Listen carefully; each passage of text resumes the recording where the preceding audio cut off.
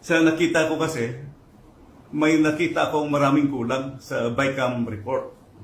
Yung Bicameral Conference Committee report, pinirmahan kahit may mga nakikita tayong blanco. So far, ito yung nakikita ko na pages na kulang. Page SP11, page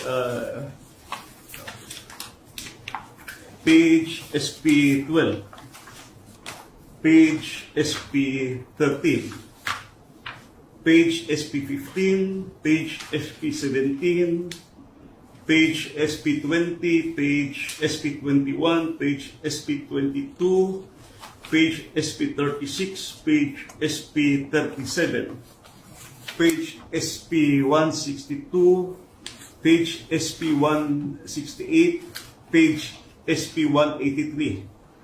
Mostly from the Department of Agriculture and on program appropriations. So let's go directly to the page SP11 to SP12. Pwede naman siguro i-flash ito sa ating screen, no? Nahalata ko sa kasi Mayor, Mr. President, na maraming, at saka Harvey, maraming blanco. And these are not, I would say, ordinary figures because these figures will reach to billions of pesos. So, tingnan natin sa page SP11 to SP12. Line 49. After the acronym NIA, delete the amount in figures 74 billion 570 million 743,000 and replace with blank. Kita naman sa screen. Line number 52.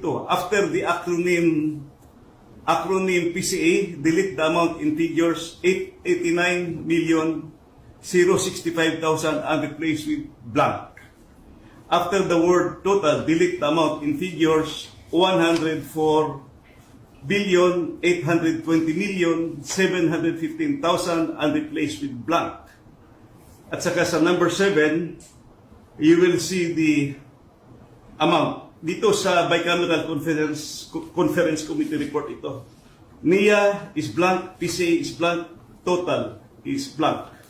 So maraming pages ito na ganito.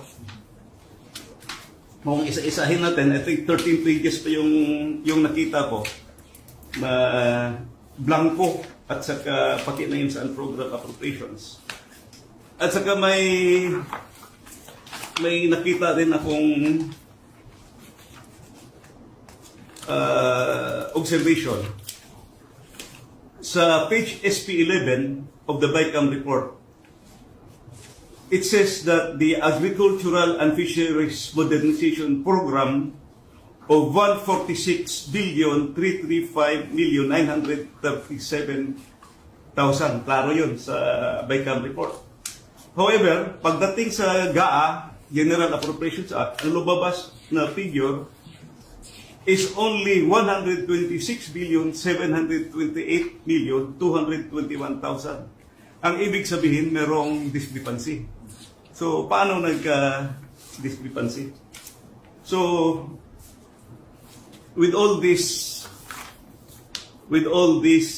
findings, makikita natin na defective yung BICAM report. At bakit pinirmahan ng members? So, the House and the Senate ratified defective BICAM report. In other words, apektado yung ating GAA because BICAM report was defective. What was ratified by both houses are defective. Ang dami ko lang na blanco. That can be shown in the BICAM report at pirmado. So, yun ang aking nakikita na findings. Thank you, Congressman Sid. Just before we get the input, the insights of President Duterte, just to refresh the timeline, this bicameral report was signed and ratified last December 11. Yes, December 11, ang final meeting nila ng Bicameral Conference Committee report at pinirmahan ng members. And on the same day, December 11, the 222 pages bicameral conference committee report was ratified by the Senate and the House. So both houses ratified it, and the enrolled bill was signed by the President December 30, 2024. Right. Correct me if I'm wrong, no, for especially for those Filipinos na to put this na maintindihan nila, simply sir, kumbaga, there's this document, this BICAM report, na pinirmahan na may mga blanco pa na items. Makikita ito, nandito sa kwan eh. Ito yung copy ng total copy ng bicameral conference committee report. Nandito yung 222 pages. May mga vacant pages. I really don't know kung paano lumabas na may figure na pagdating sa GAA. Okay. Thank you po. Mr. President, sir, what's your comment on this particular issue? It's concerned. Well, it falls short sa exacting standard ng ating batas na lalo na money appropriations must appear the true and correct value kung anong gusto mong what would be the application for the money for public money. Pagka ganon, there's something terribly wrong. And as a matter of fact, I would say, kung may mga blanco yan lumusot, that is not a valid legislation. Kung nasa batas na yan, lumabas na yan ng blanco-blanco, either it could be filled up before or after sa Congress, pagka ganon, what must be submitted is the true and correct figure coming out as prepared by the budget submitted to Congress for appropriation. Pagka putol-putol yan o may kulang, that is not a valid budget for implementation as law. It's not only inaccurate, but I think the budget is in totality invalid. Hindi na pwede mag-blanco-blanco dyan sa pera ng tao. Ano ka man? It's people's money. Maglagay ka ng mga mga provisions, but without the true and correct items or money that would be appropriated by Congress, by the people owning the money.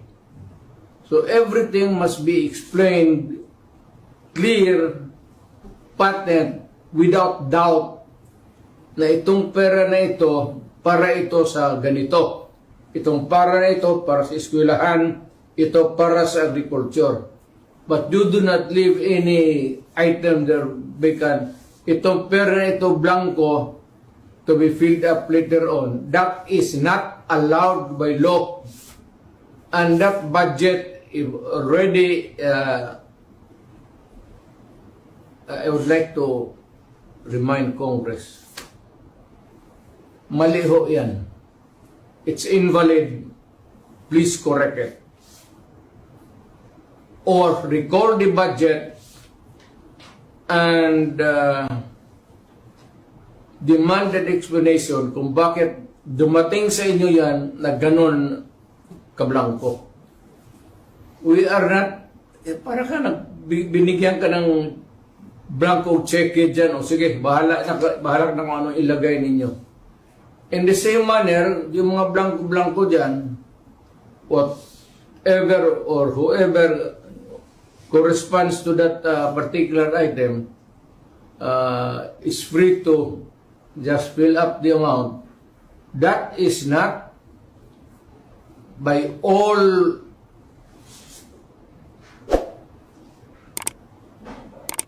commandments of the law, that cannot be valid, invalid, unenforceable, and kung na-implement na, it must be corrected and the money returned if already spent or corrected. And kung sino man ang ano niyan, they have to give us the explanation. Otherwise, sabihin ko sa mga Pilipino, huwag na kayo magbayad ng buwis ninyo. Ganun lang naman, pinagsasayan ito mga kumang na to,